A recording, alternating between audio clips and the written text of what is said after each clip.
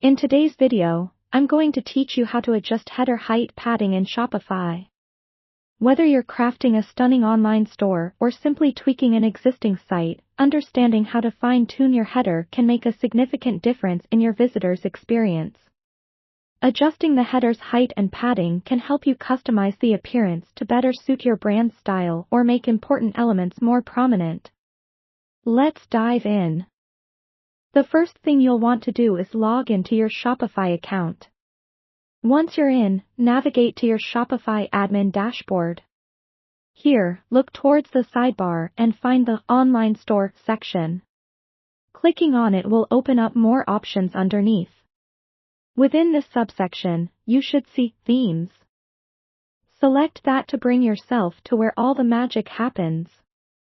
You are now viewing your current theme, which represents the style of your online store. Click on Customize to open the theme editor. Here, the website's design elements become more accessible. You're now in the theme editor interface where you can see a preview of your online store on the right side and theme settings on the left. Your mission is to head to the Sections area. It's usually located in the side menu. The next step is to find the section that says Header. It might differ slightly depending on the theme you're using, but look for anything related to the header or top bar. Once you find the header section, click to expand it. In this area, you'll have several options that can be configured. What we're interested in today is adjusting the height and padding. Scroll through the options until you see fields or sliders for height and padding. These elements are what control the space in and around your header. Adjusting the height typically involves changing how tall your header is. If your theme allows it, you'll see a slider or a box where you can enter a numerical value. Decreasing this value will make your header more compact, while increasing it will give it more space. Next, focus on the padding setting. Padding refers to the space inside the border of an element, or in this case, your header.